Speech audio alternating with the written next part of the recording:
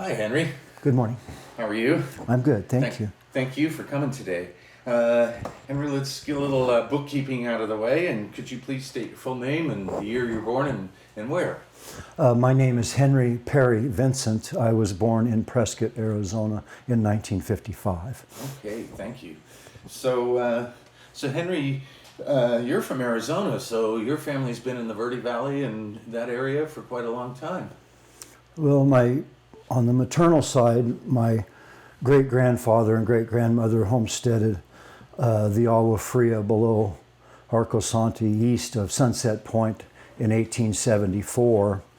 And my grandmother was born on that homestead.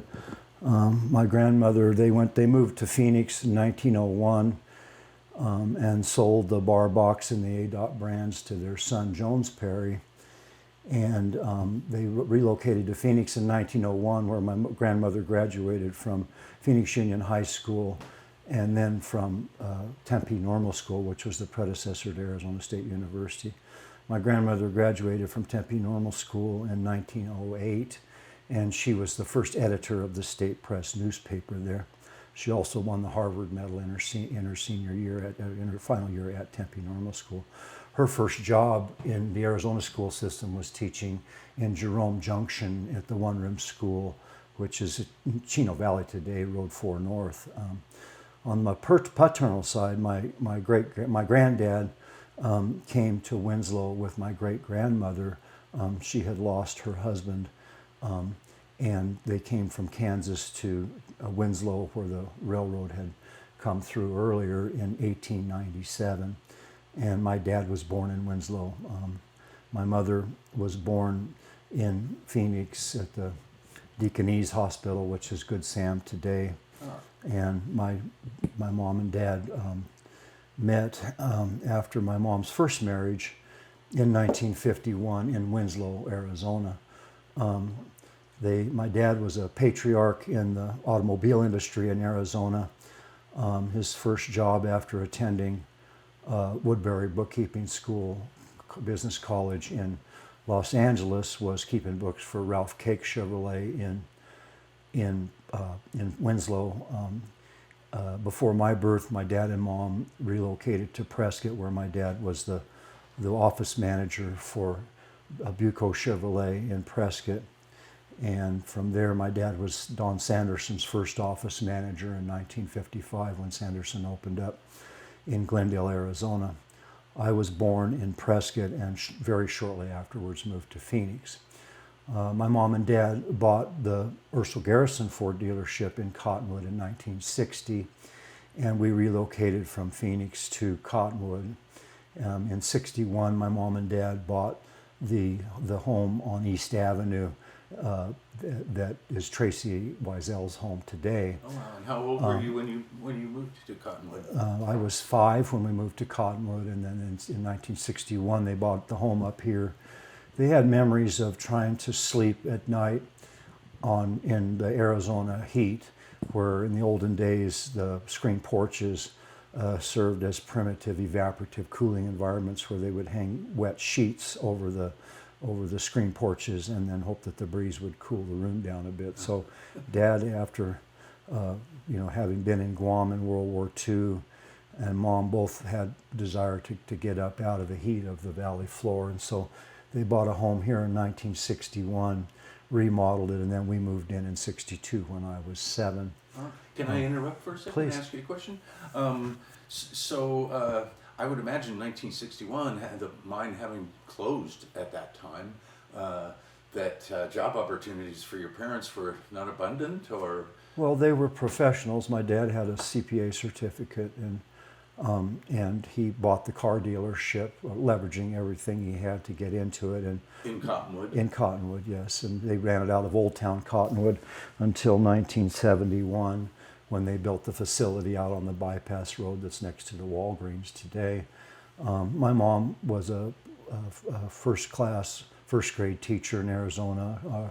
She wrote her master's thesis on phonics, and she grew up in Chandler, where she was fluent in Spanish, and my mother was an English as second language teacher before the term was coined by the academics. Right.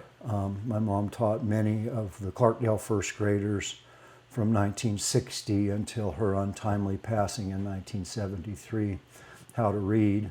In those days, you learned how to read in first grade. Among her students were Yavapai Apache youngsters. There was a number of holdovers from the mine that had young children, perhaps in Patio Town or Jerome, where my mom was really an English as a second language teacher, and oftentimes she brought the young 6-year-olds along from their Spanish or Native American mother tongue into a good foundation of English. And now she taught at the lower school in Clarkdale for 13 years. So. Wow, what a family history. You're so many people I interview are from different parts of the country, even Canada and places far away. So this is really wonderful that you have such deep roots here. So this is unusual too. You came to Jerome in 1961. Things pretty quiet then in terms of tourists and business and. Yeah, the Historical Society was formed in '54, I believe, and it promoted Jerome as a ghost town, which I guess technically it never was. The founders of this Historical Society were our citizens. I think of John McMillan, who was a friend of my dad's. He was the undertaker, and he was also the mayor of Jerome in those years. And Dr. Petrich here on the Hogback was a dentist. He was the eldest of the Petrich children. He was very involved in the creation of the Historical Society. Dick Lawrence, which is the hall that the Spook Hall is named after today, which is the old J.C. Penney store uptown. Dick Lawrence was very involved in creating the Historical Society, as were two of our educators at the time, Ruth Cantrell, who was a fourth grade teacher or a fifth grade teacher at the junior high in Clarkdale, and Miss Thomas, Jenny Thomas was her name, and they were both very involved in the creation of the Historical Society as well. The original ghost image that was used to promote Jerome with the black and white signs along the road was Mrs. Cantrell's creation. And Jimmy Thomas and Dick Lawrence worked in the sign shop down before the mine, cafe is today, underneath of the Fashion Saloon. Oh, yeah. To create promotional, old-fashioned, roadside promotional materials to try to drag some people into Jerome. Yeah, Jerry Voynich showed me the bumper sticker they made. Yeah, exactly. Yeah. And so they began the Jerome Historical Society, and I think that essentially what they were doing was receiving the old buildings at almost no charge, or perhaps at gift, or maybe buying one or two for $1, and then began the concept of trying to promote Jerome as a ghost town. So they were buying it from the mine? Well, no, the property owners were disposing of the properties.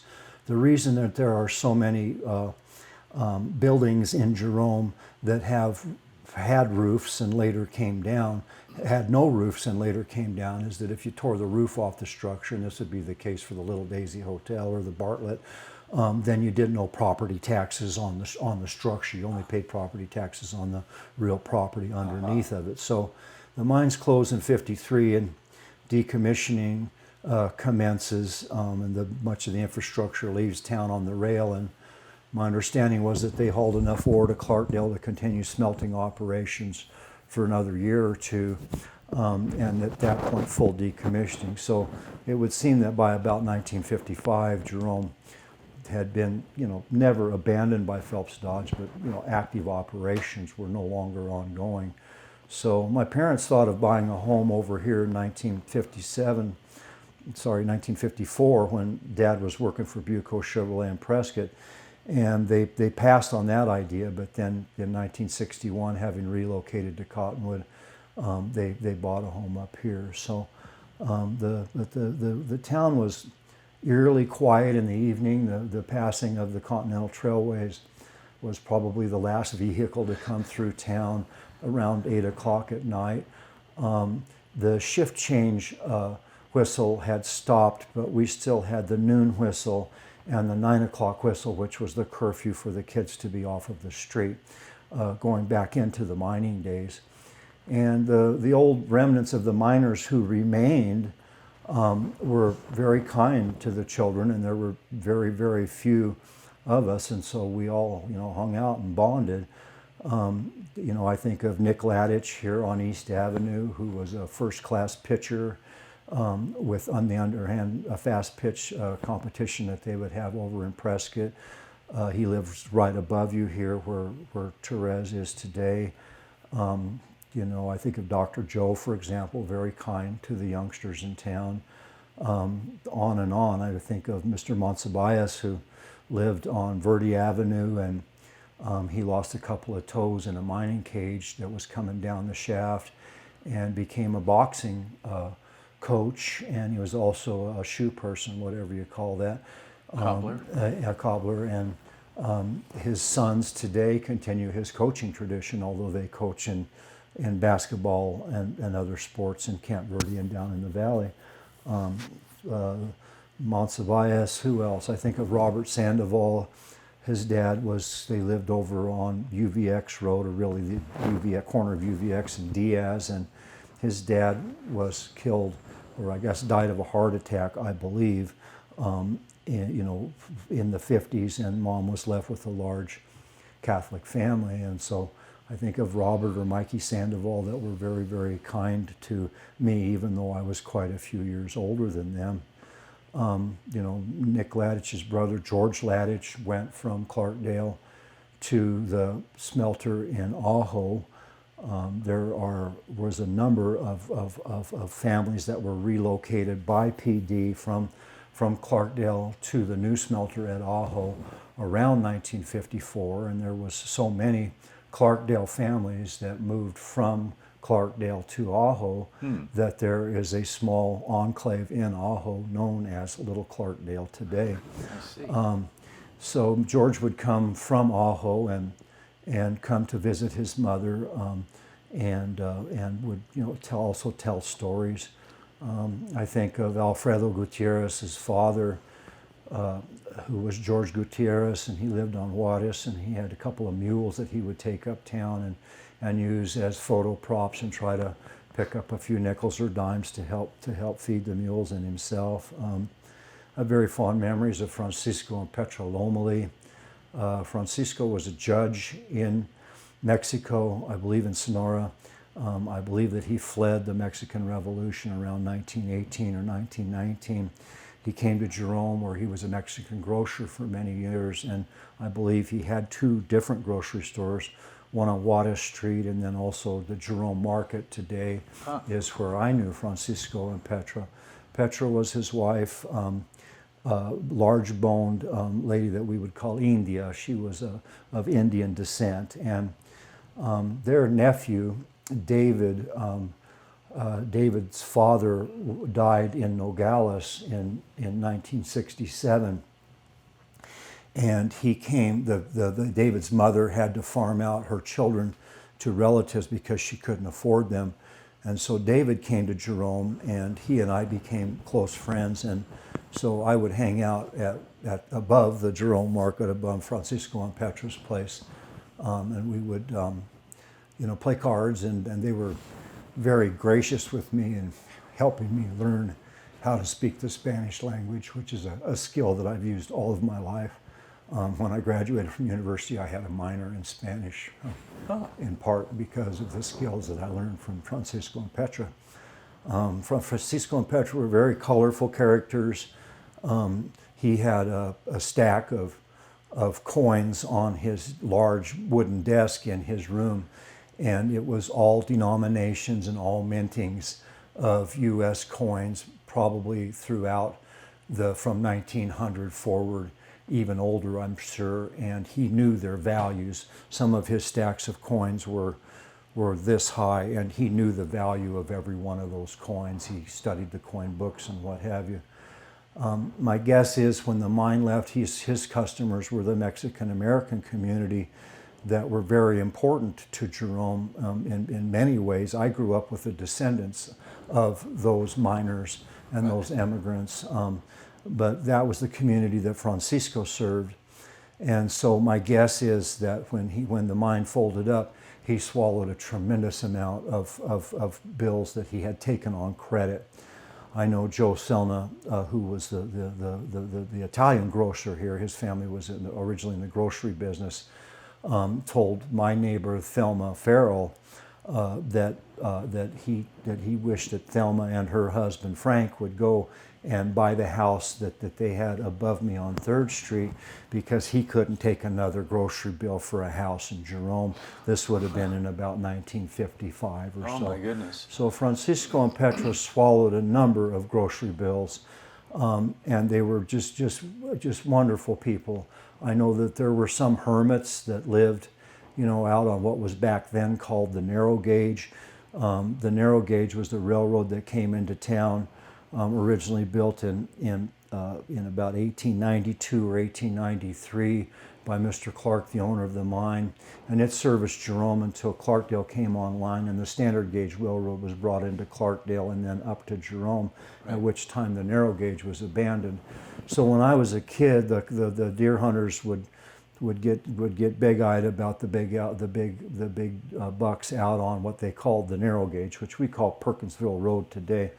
Well, back when I was a kid, the hermits, I don't know if they were running from the law or just, psychologically a little deranged, but they would come into town, and lots of them would gas up when there was a gas station at the gas station, pick up their Social Security check, probably cash it at Petra and Lomeli's place, stock up on groceries, and then head back out to these different places where they would hang out on Perkinsville Road. And I think of, Joe Verdugo was my friend, and his parents were George and Jean Verdugo, and George and Jean owned what we call the Spirit Room today. Back then it was George and Jean's cigar store, and they owned it from 1955-ish until about 1960, maybe 1959. They sold George and Jean's cigar store to Rance and Carrie Madonna, who lived over on Holly when I was a kid.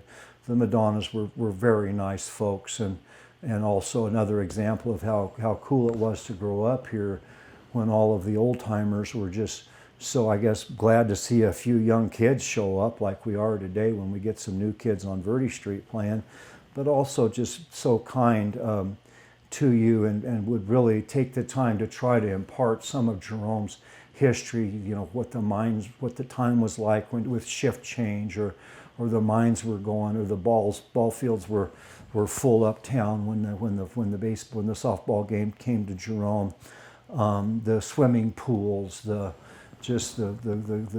just would tear up and just really go crazy about how much they loved living in Jerome in those times.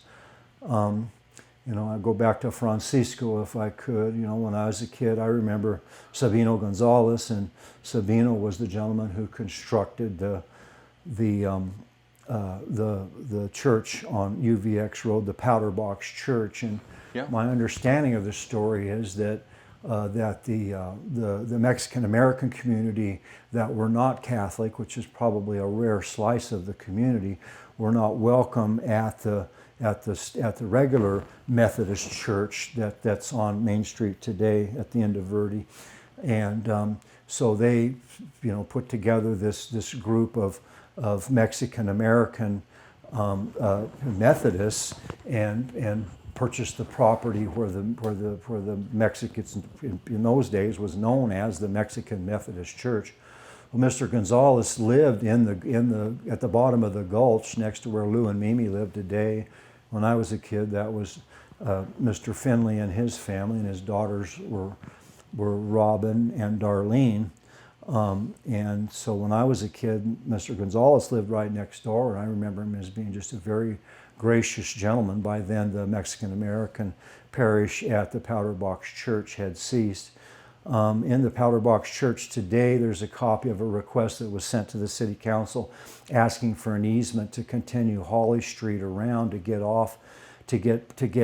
physical access into the Mexican Methodist Church.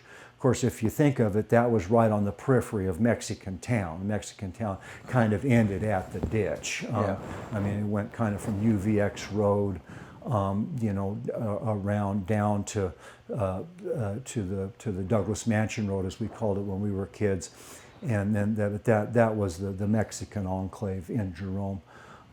So I think of Francisco Lomeli was another of the signatories on that request with the town, and his name was right below Savino Gonzalez. I think also of the name of Padilla, and Mrs. Padilla was my mom's cleaning lady when we were kids, and her son played football with my brother on a very good 1967 Mingus Union High School football team. That was one came short of the state championship. Other, patriarchs of that would be Mr. Hernandez, who was our neighbor at the corner of First Street and Verde when we were kids, another very nice gentleman.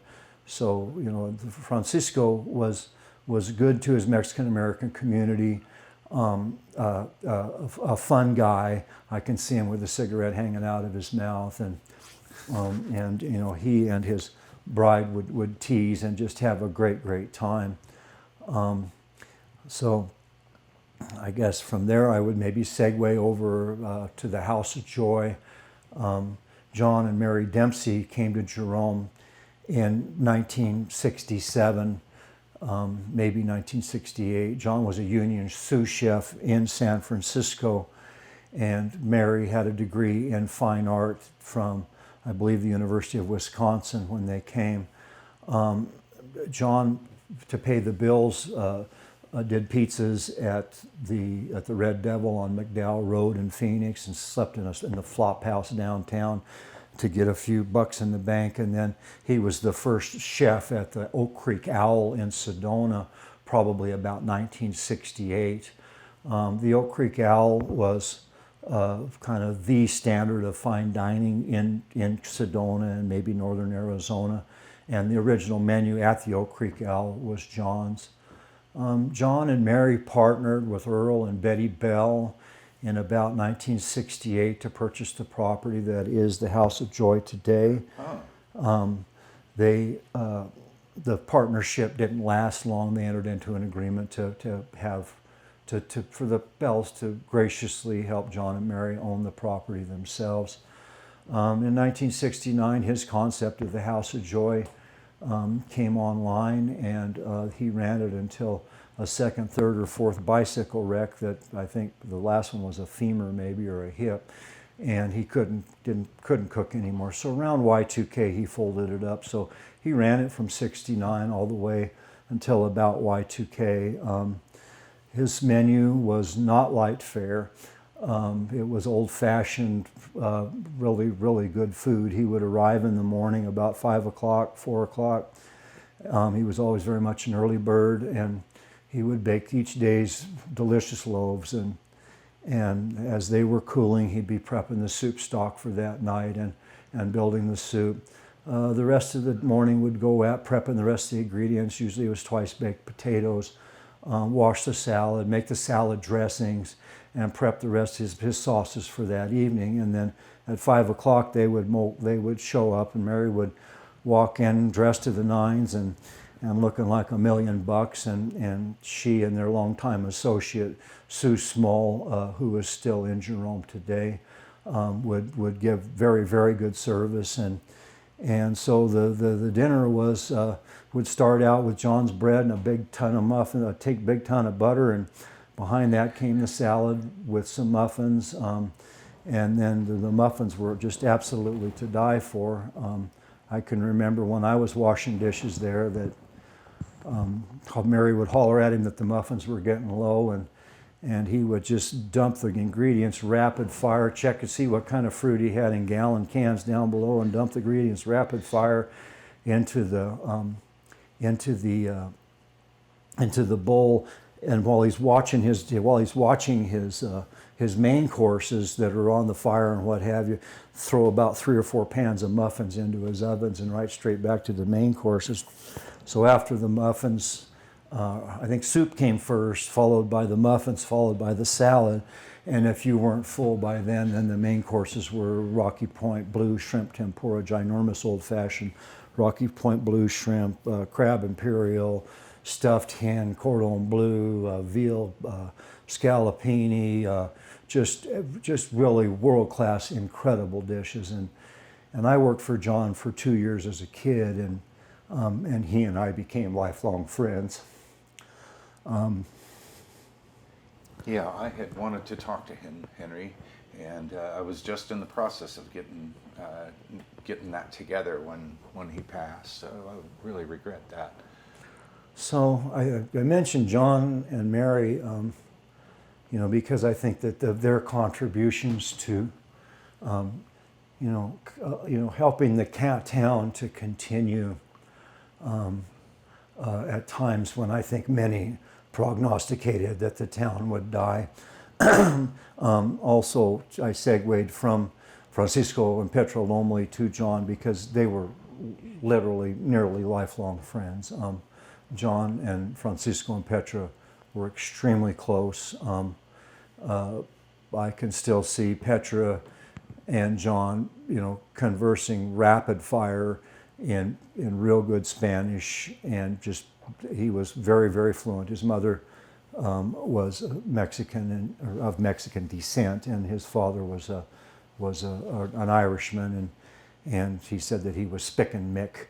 So, so I segued over to John and Mary, I guess, in part to kind of, pay tribute to some of the town fathers when I was a kid that, unbeknownst to me, were really, keeping the town together with duct tape, even though duct tape hadn't been born yet, and baling wire. I think John sat on the town council and was very involved in just trying to hold things together, as was Dr. Joe Petrich, gentleman I referred to earlier. And he lived here in this house, Dr. Joe? Well, the Petriches the family originated in the first house. Well, it was the first house. There's others on the block now, but in Jeannie Moss's house on the north side of East Avenue.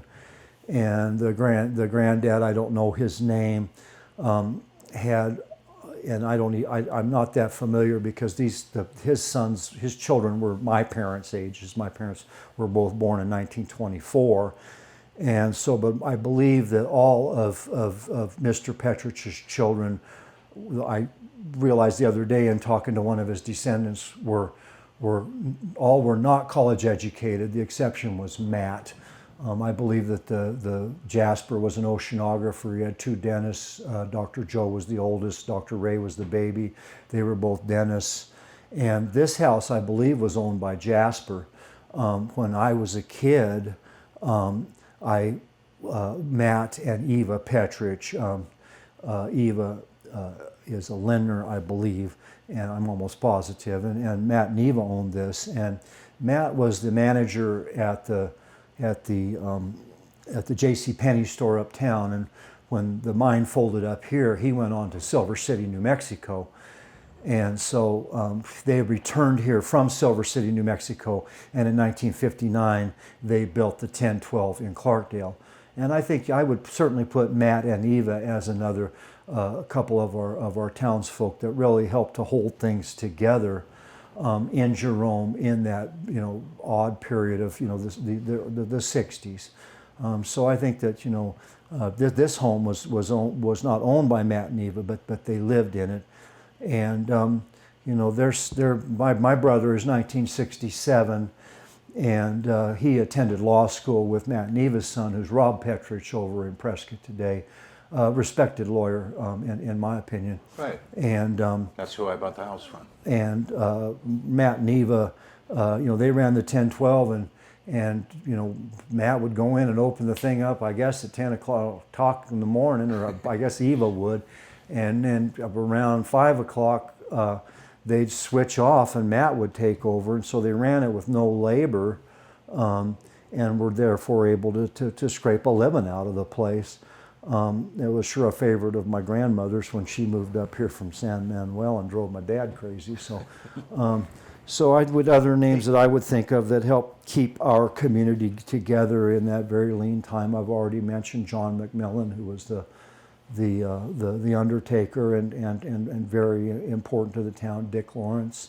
I think Laura Williams' name would come to mind. She was UVX's first agent, I believe first agent, and she handed that job off to Paul Hanberger. UVX is an outfit out of New York, big Eastern money that purchased the remnants of Rawhide Jimmy Douglas's United Verde Extension mine after its closing, and then acquired quite a few holdings in town, probably in the 50s after the mine folded. After Mr. Clark's, the successor to Mr. Clark it was Phelps Dodge, which purchased Mr. Clark's interest in 1935. But I would guess that the family of UVX came in and acquired a number of their properties today. If you did a property search of Jerome today, you'd find that UVX, along with Freeport, McMorran, Copper, and Gold, are absolutely the town's largest property owners in town. Including the high school. Including the old high school. They bought that in 1970, would be 74, 75, after Mingus Union High School relocated down to Cottonwood. Hey, may I interject a Yes, question? please. You were talking about, you've done a fabulous job of painting a picture of the old timers left over, and then you got me curious about Mary and Dempsey coming, and those seem to be one of the first to come to Jerome, sort of new blood, I guess, to start up a business. Who else was coming in that very early time? Well, so we're coming about 1967, 66, 67, 68. And there was an important group of people that relocated here. I think of Bill Cram and his wife Anna. They bought a home on the corner of Center Street and 3rd Street, and they demoed the old structure in front for parking and remodeled, and Levi Small remodeled the home. And they came about 1965, I believe. Mr. Cram had a candy shop uptown and was very, very, very personable and raised his family, a group of very smart kids, real smart kids, and he raised them here, and they were our peers.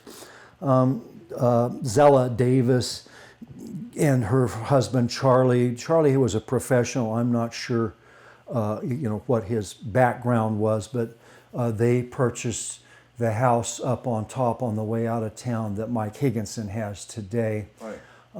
I think of Inez Kelly. I don't know her husband's name. That is where the 527 gallery is today. They purchased that and the garage across the street and the lots behind them on School Street as well. The Inez Kelly was very important in this, what was called the Community Service Organization, and I guess I'll come to that in a minute. Others in that community service organization would maybe be, Louise Heyer, I believe her name was. That was Carter Mason, and I forget Carter Mason's sister's name. But they were, she was a school teacher over in Sedona. Other people that came to town in that time frame, John and Faye Watt purchased the Spirit Room in 1962 from Rance and Carrie Madonna that I referred to earlier.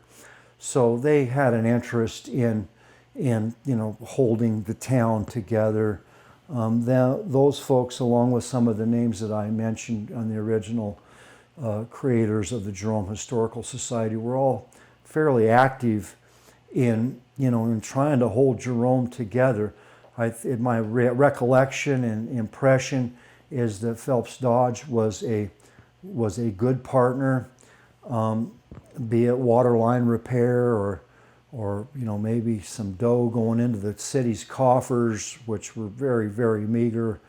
My doctor today, my primary care physician today, is a gentleman in Prescott known as Harry Gale, and Harry Gale's dad was Harry, and and he came to Jerome in about 66 or 67 to be, I believe, police chief. I'm not sure about that, and town manager, and probably chief bottle washer. So I'm sorry, his name again? Harry Gale. Thank you. And so that would be another person that, just kind of helped keep it together. I think that we would be greatly remiss to not bring up the Lozano family. They are an entire chapter in that period of keeping Jerome's infrastructure, fire department, water leaks together. Tony Lozano was the patriarch, and he worked into the mine, and he had a family of probably 7 children. I think of Anthony as the oldest, and he's still here. His younger brother is Baltazar, known as Balt, followed by Eddie Lozano. Tony Lozano was my age. There was a daughter, I believe her name was Angie Lozano, and the Lozanos lived on the way out of town in the old gas station. That's where the family was, and Mr. Lozano, Tony Lozano Sr., purchased a lot of the property down along, from the gas station up, including the old schoolhouse, and some of those holdings are still inside of the Lozano family today. But I think of Anthony Lozano, Balt Lozano, hard workers that sat on the town council and helped keep the fire department going. I mean, keep in mind the fire department was those 2 old engines. I don't know if they're both still here. The Dodge is still here, and that was the fire department kind of, and there wasn't many of them. Certainly Robert Sandoval that I mentioned earlier. Balt and Robert are probably about 1942 or 1943, so they were quite a bit older than me. But it was really everybody pitch in, and with the old structures, we had a number of fires in those times, and we were kind of the joke of the Verde Valley with our firefighting department. But I think that they were pretty serious when the fire siren went off. I know in our day, when the fire siren would go off, it was a very, very serious thing, because there was a lot of houses that were tinder boxes that hadn't been torn down. And so, in that early 60s, mid 60s period, when that fire siren would go off, we were all very keenly aware of where that fire was and concerned about it. So Henry, I need to understand something. You've mentioned a lot of names when I asked you about who came here in the early, the 60s in general. Mostly what I've, been thinking about is these don't sound like the standard artists and hippies and craftspeople that, is sort of the folklore of Jerome. And so you've opened up a whole new area for me in terms of these interviews. Would you characterize the people you just mentioned as that? They're kind of a transition from the original people to people like you just mentioned, and then came the more eccentric, creative types. Is that true? I think that that's an important period in Jerome's recent history. I would say too. That is lost and that goes through the cracks. Thank you very much for bringing that up. And I think that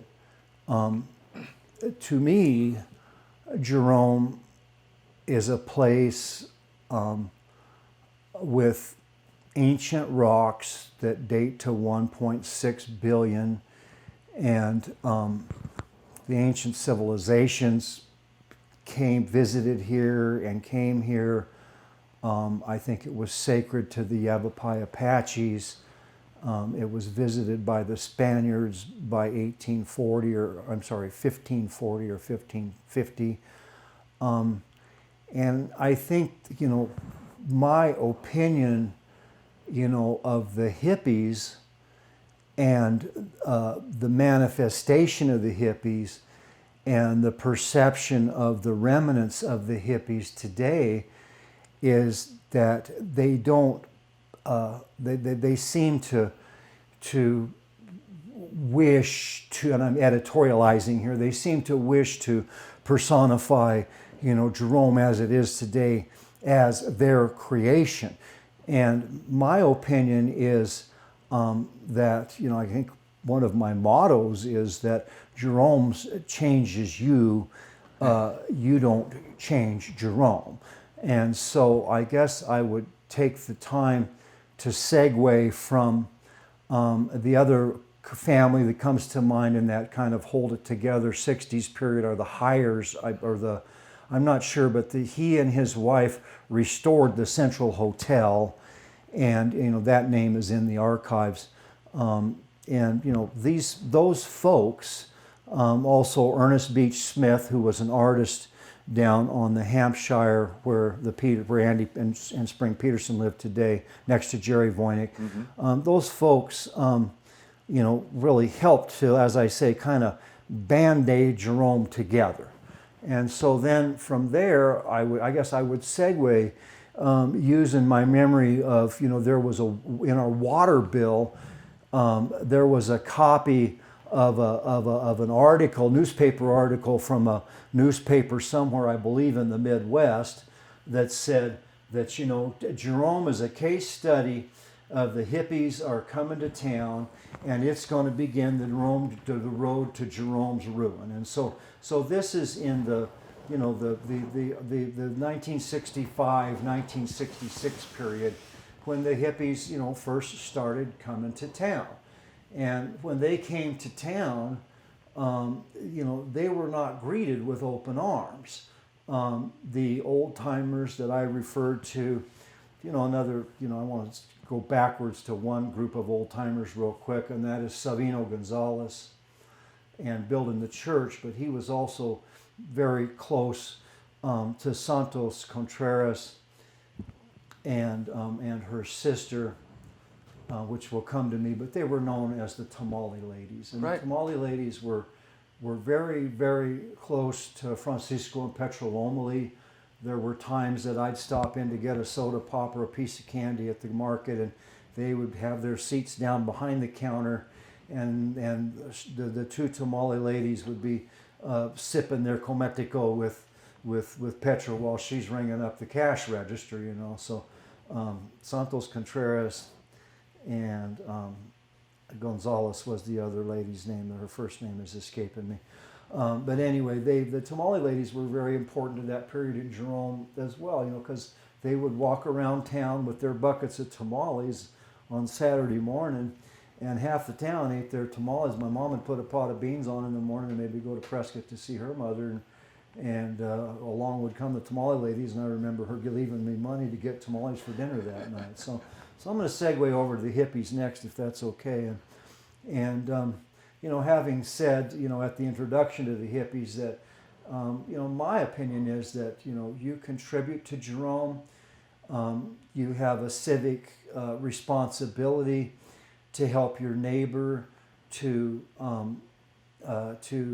help out, be it shoveling the snow or adopting an older person that might need a meal or two, or consulting with someone on a technical professional issue at no charge. But you help out, you adopt that attitude. And I think that Jerome has been that way. It seems to me that it was that way in the 50s, when I don't have a memory, but that the people who were left over from the 50s certainly seemed to have a camaraderie and a sense of community in terms of helping.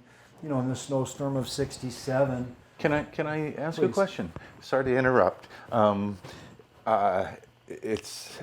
Do you think they had that camaraderie because they had gone through an economic trauma together, the Yes. closing of the mine? Certainly. So maybe And, before and that, not- in the not- heyday, maybe it might not have been as... Not very far followed from the Great Depression. Yes, that too. In a temporal perspective, you're about a decade from the Great Depression Right. when they closed the mine. So Right. there wasn't a great period of prosperity. World Okay. War II. But, I wondered what your thought were. Okay. but Please continue. And also the survival of the segregated community. I mean, in those days in America, communities were quite segregated, as was Jerome. I mean, there was Mexican town, and the Italians lived here, and the mine bosses lived up on top, and the communities were very, very segregated. And so survival would include having your brother's back when the fight on the schoolyard started out, or the rocks started flying, or perhaps the widow, wasn't doing well and simply needed to have some beans and tortillas to help get through. And I can assure you that Francisco and Petra gave away a boatload of food in the Depression and in the aftermath of the mines closing. So, yeah. Well, I'm sorry to interrupt. Please pick up where you. Camaraderie is what we were talking Yeah, about. I kind of reflected on that with the snowstorm of '67. We lost our power. There was really no way to get down to the grocery stores. My guess is that Petra sold out. Francisco and Petra sold out, and so Dick Gemmell, who ran the little mining operation called the Big Hole Company, plowed with the D8, D9 Cat from the mine partway to Clarkdale, and Ruben Martinez, who was an equipment operator at the cement plant, got the big old loader from the cement plant and worked his way north, and they plowed one road down, and the citizens went down to get supplies, and I remember them swinging by our house and dropping off potatoes and bacon and eggs and maybe some hamburger and some bread, and so there was an example of we got problem here. We got 5 feet of snow on the ground. Roofs are caving in. You have widows and elderly people, inside those old frame structures with roofs that are at risk, and the next thing you know, the kids that are older than me, I didn't get to go on the roofs because I was injury prone, and a little bit not too looking out for myself too good, but the kids that I grew up with that were older, they were all out with ropes strapped around their midsection and tied to the chimneys, shoveling off all these roofs and they didn't ask for money. They just showed up with ladders and shovels, and there was a whole, not army, but there was a good 10 or 15 kids. Now, anyone that had the means gave them money, and they made real good money. I remember some of them getting a $20 bill for a roof, and a $20 bill back in those days was a whole lot of dough. But that was not a matter of ma'am, may I shovel your roof off? You showed up, and we all shoveled sidewalks, and food got delivered. Of course, uptown, the party animals of my dad's generation had all their beer in the snowbank to keep it cold, and the shooting pool in the spirit room and Paul and Jerry's. But anyway, so let's segue with the water bill that had the insert in it that said that those hippies, they're going to start the demise to our community. Yes. I think it's interesting that it said it on the water bill. There was an insert from an article was from a newspaper in the Midwest, was photocopied and inserted into our water bill. And it was draconian. This is the beginning of the end. Them hippies have moved to Jerome, Arizona, and it is a case study in what the rest of America better wake up to and start thinking about. So I think of the early hippies. I think of maybe like Bill Bland and his wife. They were beatniks. You could probably go to Walter Shorty Powell, who owned the High House, and he was maybe a beatnik, maybe not, but and he was a very classy guy. He was a first-class fine artist. If you ever see a piece of his work, it will really stop you in your tracks. Highly knowledgeable in classical music. That's Bill Bland? No, Bill Bland was the hippie from that ultimately went to San Francisco from here. He was an instrument maker, I believe. Okay. And Shorty Powell was older than Bill Bland and here before him, but they're both in the Flatiron District. And so Shorty Powell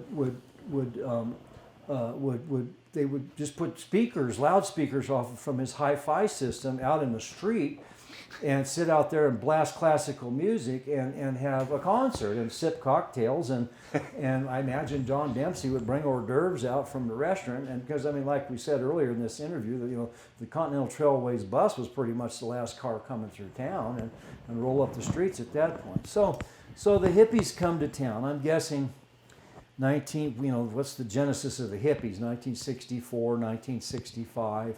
And I think of Bill Bland, being one of the early ones, and I'm probably not the best to try to remember them because in '65 I was 10 years old. But I think of Vince Henry as a name that was over there on Diaz Street, and I believe that he may beget Guy Henley showing up here. Billy Bedard, there's other hippies that are older than me that can reflect on this, and if Richard Martin vociferously took 4 days to record his, which I'd like to get done in another half hour or so, then I'm sure he can reflect. He did reflect on the names of those early hippies. But one of the first that seemed to come to mind for me was that Bill Bland did have some connection with Lou and Mimi Courier, and my mom taught Lou and Mimi's son Chris how to read in first grade, and so I remember them as being one of the early ones. So I remember there was a gentleman named Moses that was a very, very good musician. Yes. Kind of Southern descent, maybe. May have been running from the law. I don't have any idea. Always seemed a little nefarious to me. But again, I'm 10 years old. I'm the son of the car dealer in Cottonwood, the son of the first grade teacher in Clarkdale, and so even though I might like to have had some of their pot, I wasn't real welcome into their homes, in '65 and '66 when my hormones are starting to spring a little bit. But anyway, I see them come to town, and it was just real curiosity. I think of the Star House down below, which was where Kim Talbot lived, and his widow lives there now. They were in there, and then Grandfather Santillan had a number of homes in the Gulch that he bought in the very lean times, and the Santillan family were Grandfather Santillan's grandchildren were our peers in Clarkdale grade school and here in Jerome. Gary Santi and I were very close friends, and his sister Angie was a year behind me, and my mom taught all the Santillan kids how to read, and so we became friends. There wasn't that many kids to hang out with here, but Grandpa Santillan rented his shacks to the hippies, and so that son of a gun, according to the town fathers, they gave him a foothold into town, and Bill Bland rented uptown in the Flatiron in what is today Janelle Knapp's studio, and they began to make a foothold, and so. Then I remember that initially let's shove them out, and so our marshal would serve perpetual and illegal search warrants upon them, and I imagine they'd see him coming and already had the pot hid, but had to hide the roach or something, and maybe had to put a blanket over the peyote buttons that were growing out in the backyard, but they really toughened them up in terms of their sense of belonging. And so how do you mean that? Well, I think if you look at Maslow's hierarchy of needs, yes. The first thing that you need is maybe a little air to breathe and a little water to drink, and from there maybe a little food in your stomach. But I would guess that the next rung on that ladder would be that you need to have a sense of belonging in terms of society and sense of belonging today, or throughout mankind, in my opinion. And from there, maybe you would get to the idea of love and family, and then from there, maybe a few of us lucky ones would get out to the concept of self-actualization, and we invented the cure for cancer, or we invented how the world could have peace forever and ever, amen, or something like that. But right. So you're saying that the sort of conflict or the confrontation maybe between the town folk and the newcomer hippie types, that the hippies grew up because of their experience and interaction with this already formed community. Well, I think didn't quite understand the natural. Discrimination mechanism in society, back to Plato, is you don't get a sense of belonging. You got to earn it. You're this, you're a that, you're not part of us. It's us against the them. other. And I believe that the genesis of that basic concept of sense of belonging goes back probably to the age of man. So the hippies come to town, and they were not welcomed with open arms. And so the town fathers and mothers, then began to manifest a strong feeling of, you don't have a sense of belonging. You're not welcomed here. You're different. You're dirty. You're a hippie, and what have you. And so their homes were literally, imagine the cops showing up here right now. But of course, nowadays they're a little more effective with their search warrants, maybe. But, I imagine it struck terror in some of them. And so as a result, their sense of belonging was attacked. And so as a result, they adopted a very kind of closed society. To me, it reminds me of going to the Hopi Reservation today. You can maybe visit, but you're not welcome. And I can remember, like Liz Verdugo, that, my God, she had the guts to go down to the bottom of the gulch and string beads with one of the hippie women. And it just, I imagine my mom on the phone with Jean Verdugo that night. You let your daughter go there, and it's very intriguing to me, because I've got a curious mind. And in 1966 or 67, that's kind of the birth of the Grateful Dead, and Woodstock is only a couple of years out, and and San Francisco is happening, and so, but their sense of belonging was directly under assault by Jerome's town people. So my opinion is, and my theory, which is worth everything you're paying me for it, is that that begets a frame of reference for the hippies that continues today in Jerome. Their sense of belonging was greatly under attack, and so they needed to regroup in a closed society, to protect themselves from getting busted for that god-awful joint that they might be smoking, which was a real felony. It still is today, sure. But certainly perceived much differently back then. And they were hauled in front of the magistrate, Stoney, the magistrate down in what would become Katie Lee's house. They were hauled in front of the crooked bastard with vagrancy charges, trumped up charges.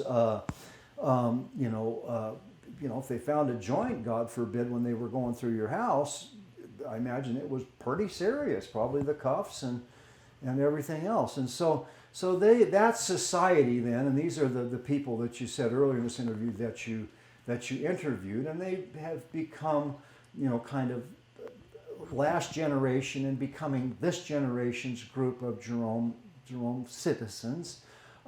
They formed a closed society, and they became, very distrustful, and yet they did bond and come together with a sense of help Jerome and help each other. And I think that your interviews with the old hippies that you referred to earlier on would reflect that. So they come to Jerome and are not welcome, but they dig in, and in time, they became productive citizens. The town council members, planning and zoning board members, managers of the town's affairs, and they've really contributed to the town's governance and preservation, and have very much just helped to. They had a very important part in the preservation of the community. Now, I think an outgrowth of that closed society mentality continues today. I think that Jerome has very much in terms of a newcomer, particularly in the eyes of those hippies that reside here today, as you're not welcome here, and it's an us against them society, and you are not to have a sense of belonging here until you've somewhat proven yourself with us. And I think that any number of Jerome's recent newcomers in the last 20 years could echo their experience of that. Now, for my own eyes, having run a CPA practice here for over 20 years, having almost 50 years of my life here, when the new hippie that has gained a sense of belonging looks at me like I don't have a sense of belonging here because they don't know who I am. I think it's fodder for great humor. But I think in my opinion, what I'm talking about is real, and the attitude of the old hippies today is that was created back in the time of you don't get a sense of belonging because you're not welcome here, is very much in existence today. They're projecting their own experience onto the exactly. modern. And I think that's a really unfortunate thing. I don't think anybody has any right to tell any human being or to project upon another human being a sense of not belonging on this beautiful earth or in this beautiful place that we call home, Jerome. So I'll let you ask the next question, please. Well, that was great. So do you believe that the let's call them old timers, for lack of a better word, do you think they finally softened and grew to accept and blended with the newcomers? Did you feel like a trend? If you're a new long hair, well, that's what we used to call them back in the 60s, if you're a new person, you're not welcomed here. With me, you are. I mean, my neighbor remodeled their home and moved into it, and I took them dinner, beer, and a bottle of wine, and welcome to our community. And it was so odd to them, the way they'd been treated during their remodel, that they wondered, I suppose not out loud, but they maybe wondered suspicious. if I poisoned the food or something, But my sweetheart and I, we'd take a very active interest in welcoming any newcomer, including shaking their hand if they can answer a question for you, and then don't go back. Just if they need our help to feel welcomed, then that's part of how I try to contribute to the community and make it a better place, and to stand up to those that feel that you don't have a right to be here. And some of them are pretty darn mean about it. And I would offer that here in 2019, that energy is on full display on the town's Planning and Zoning Commission, its boards, and it has been on full display, perhaps since the inception of the ordinance in 1981. And so, right. But I think that kind of a feeling is on full display. I want to open a grocery store. Great, we can go get a bottle of milk or right. or a six-pack or something. Right. No, you don't get to. You need to go hire the lawyer, and we'll throw our town's lawyer at you to preclude you from opening a grocery store when you're not going to make any money at it. I mean, let's get serious, But all they really wanted to do is contribute to the good of the community, or or other a new idea. Well, no, we'll just push back on you real hard. Yeah, and I think that's it's on full display in many other places in America today. Like I mentioned, the Hopi Reservation just now, or me, white boy, move into some neighborhood in New Orleans and expect to be welcomed in open arms. No, right, I mean, right. in time, maybe I would gain their respect, and maybe I'd learn how to make gumbo. But no, it's not on. It's not atypical for people to treat people that way. It just bothers me when newcomers in Jerome are treated that way. I understand. That might segue to this question. How do you, you've literally seen quite a metamorphosis in your lifetime here. How do you feel like Jerome is losing some of its wonderfulness? Where do you think we're at today? You think we're on a good track for the future and keeping a nice community, a welcoming community? Well, I know you have some complaints about the welcoming aspect, but it is a pretty special place in my opinion. I think we all feel that way. Where do you think we're at on that track? Well, I think that Jerome, it can't change much. um, you know, what would it take to double our population of less than 500? It would be really hard. It would be a big deal. Yeah. Water infrastructure, wastewater infrastructure, Well, the difficulty to build on these mountainsides. building, Yeah. engineering, building sites. Access to building, Yeah, so I mean, I think that it can't change much. I think that if you, Its size will maintain its intimacy. yes, yeah, and I mean, if you doubled it, would it change much from 500 to 1,000? I don't think so, but Right. I mean, I realize, but anyway, so, but I also think that, one premise that I threw out is that Jerome, you don't change Jerome. Yes, you did. It changes you. How could you describe that a little bit? Well, I walk the streets and, I'm not real outgoing and I'm not really one to start a conversation, but I see somebody I know and I sit down and have a nice talk with them. I leave that feeling good, and it changed me a little bit here, there, or I don't know what, but, I don't walk the streets of Jerome, thinking that I'm going to change it. I just kind of just love it for what it is. And from a perspective of having seen many of Jerome's, faces or eras, and there will be many more, and there were many before me. And so I don't think that I changed Jerome.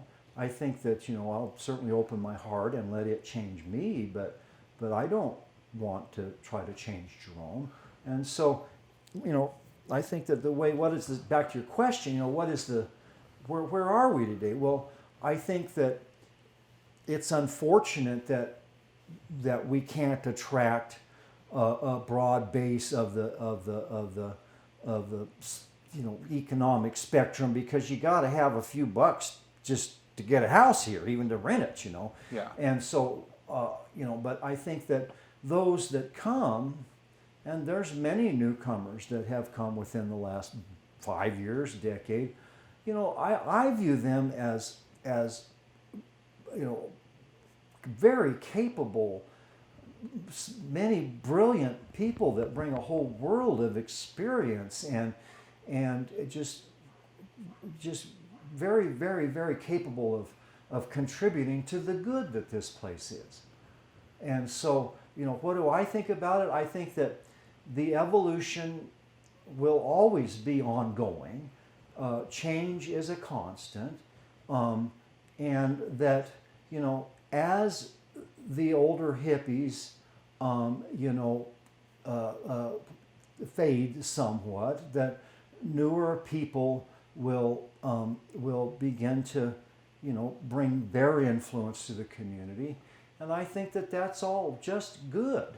I think that I look at the makeup of I went on P&Z, despite many people telling me that I should get my head examined first. And I went on P&Z because they couldn't land a quorum. And so, so since I went on P&Z, we've landed, a lady, I don't know what her background is, but she's 20 years younger than me. We've landed a gentleman that's your neighbor that's probably a decade younger than me. They bring, good outside, other than Jerome, kind of ways of thinking or influences. And then I'm the liaison between the P&Z and the Design Review Board.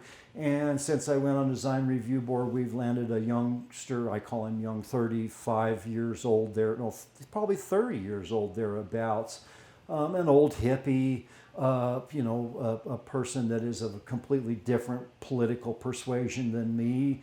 And I just think that is an example of, the nice mix of a lot of different points of view, and not, intentionally stacking the boards, with the group that can't stand the thought of seeing any change and want to be excessively obstructionist Right.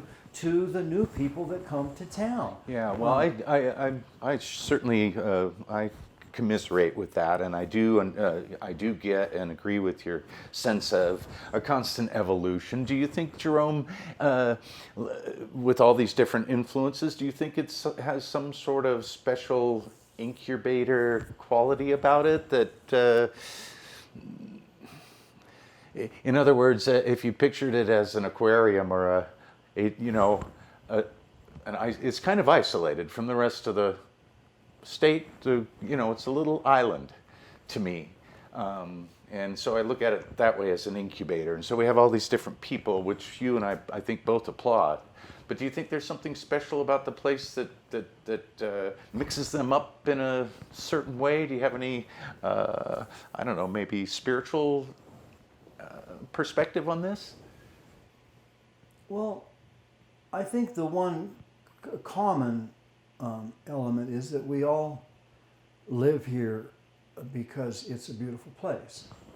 And it's a rare place in the world today where you feel safe.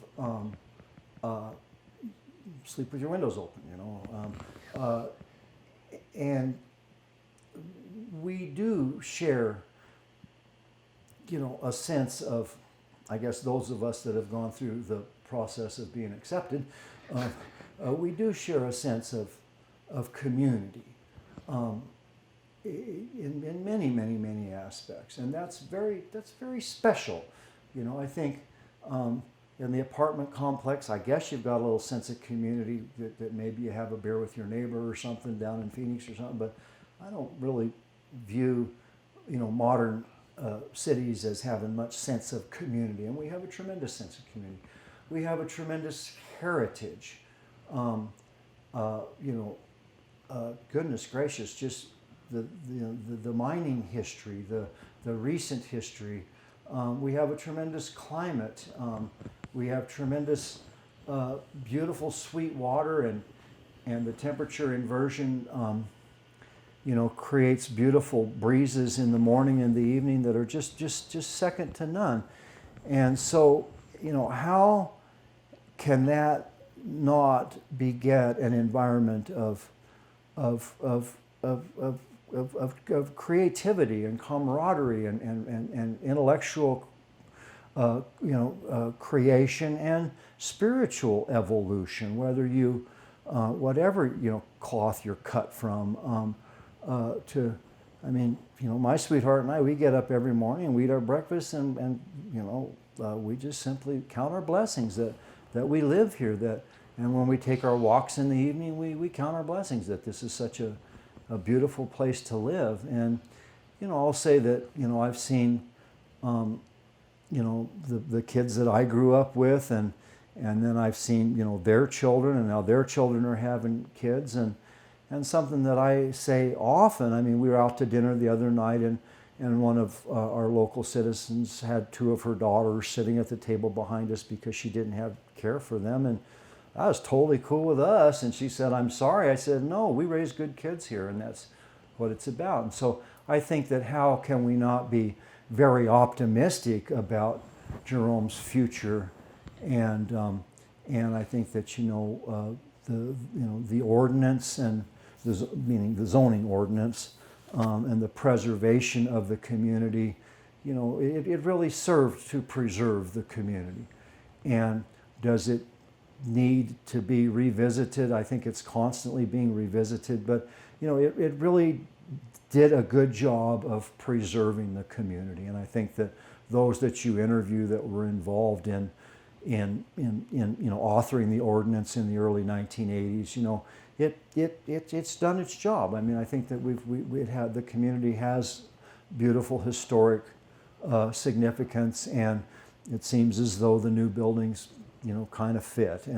And so, in that regard, I think that the future for Jerome is very bright, and I think that the kids that are being born and brought here today are going to be raised in a good community, and I think that the community members are going to do everything they can to help them grow up to be happy, Right. Well, productive, good citizens. That's probably a big concern for planning and zoning is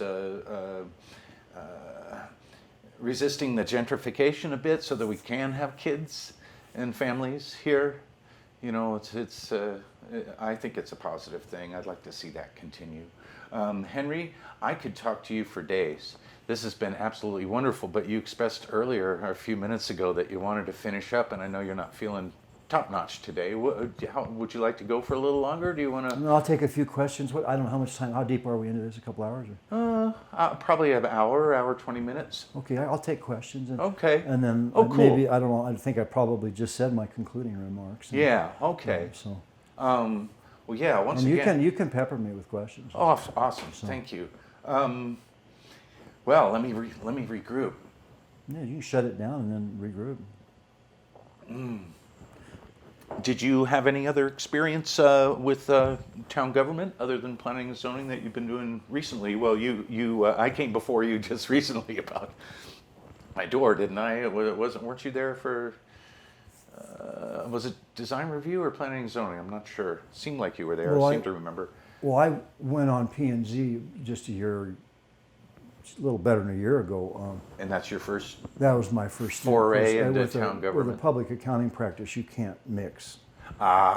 Makes so- sense. Yeah. And I think, if there's so much of the interworkings of the town government that, and the players that